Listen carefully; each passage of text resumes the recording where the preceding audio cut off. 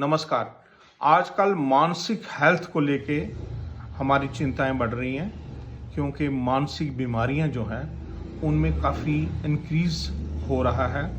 जैसे post Covid depression, post fog syndrome, post Covid anxiety बहुत common हो गए हैं।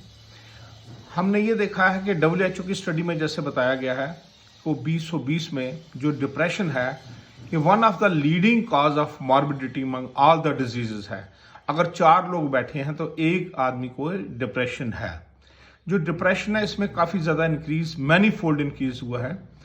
मगर जैसे कि हमारा हेल्थ का बजट होता है उसमें ज़्यादा ध्यान नहीं दिया जाता मेंटल हेल्थ को लेके। उसमें खर्चा भी कम होता है, अवेयरनेस भी लोगों में कम है, सोसाइटी के अवेयरनेस मानसिक बीमारियों के प्रति बहुत ज़्यादा कम है। जैसे हम डिप्रेशन को लें, डिप्रेशन को सिम्टम जो हैं वो लोगों में अगर जल्दी रिकॉग्नाइज करेंगे तो हम आत्महत्या जैसी जो जानलेवा प्रॉब्लम है उससे हम बच सकते हैं। जैसे डिप्रेशन के सिम्टम में नींद नहीं आती है, भूख नहीं लगती है, नेगेटिव आइडियाज़ आते हैं, होपलेसनेस, वर्थलेसनेस के आइडियाज़ आते हैं, हेल्पलेसनेस के आइडियाज़ आते हैं। तो ऐसी क्राइंग स्पेल्स आते हैं, रोने का दिल करता है, काम करने का दिल नहीं करता। तो ये डिप्रेशन के सिम्टम होते हैं। तो अल्टीमेटली जब डिप्रेशन डीप हो जाती है, ज़्यादा बढ़ जाती है, अनट्रीटेड रहती है, उसमें सुसाइडल आइडियाज़ आना शुरू हो जाते हैं, आत्महत्या के ख्याल जैसे आना शुरू हो जाते हैं और कई लोग जो हैं सुसाइड भी कर जाते हैं। तो इसको अगर हमने प्रिवेंट करना है, एक तो हमारे देश में मेंटल हेल्थ पे ध्यान देना ज़रूरी है। इसकी अवेयरनेस पे, इसको कैसे प्रमोट किया जाए, कैसे बीमारियों को प्रिवेंट किया जाए, ये भी एक रोल जो है वो जो सरकार का है वो होना चाहिए। और जैसे कोविड में हमने देखा कि बहुत ज़्यादा लोगों में मानसिक तनाव की बीमारियाँ बढ़ गई हैं। जैसे मैंने पहले बताया पोस्ट कोविड डिप्रेशन, जिनको पहले डिप्रेशन नहीं थी उनमें डिप्रेशन के सिम्टम आना शुरू हो गए हैं।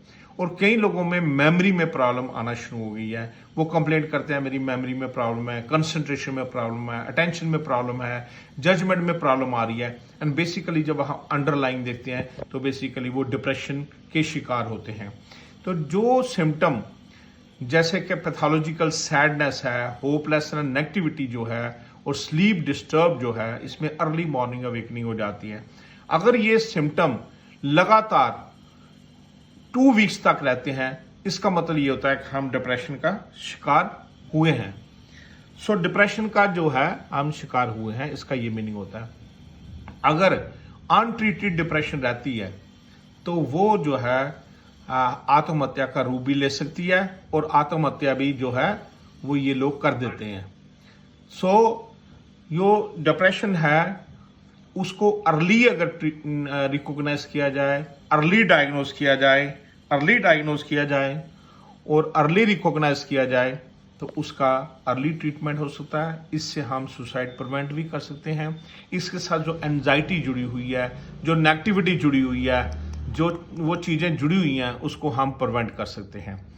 सो ओवरऑल ये देखा गया कि मानसिक बीमारियां जो हैं उसमें बढ़ोतरी के कारण इसके ऊपर देश को भी ध्यान देना है, सोसाइटी का भी रोल रहता है, डॉक्टर्स का भी रोल रहता है। ओवरऑल अवेयरनेस इन बीमारियों की होनी चाहिए। इन बीमारियों के सिम्टमेटोलॉजी क्या है, उनके चिन्ह क्या होते हैं, उसके बारे में होना चाहिए। उसकी वजह से क्या है हम इनको अर्ली डायग्नोसिस करके इनका अर्ली ट्रीटमेंट हो और इसमें सुसाइड प्रिवेंशन भी हो सकती है। हमने देखा है कि आजकल हम ये देखते हैं कि सुसाइडल रेट भी बहुत ज़्यादा हाई हो गया है। ऑल ओवर इंडिया में हम देखते हैं कितने सुसाइड हो रहे हैं, जाने जा रही हैं। कारण मेन जो होता है वो होता है डिप्रेशन। अगर डिप्रेशन को हम टाइमली रिकॉग्नाइज करें, फैमिली में, सोसाइटी में, उसको अगर अर्ली रिकॉग्नाइज करें तो हम सुसाइड को प्रिवेंट कर सकते हैं। Thank you very much.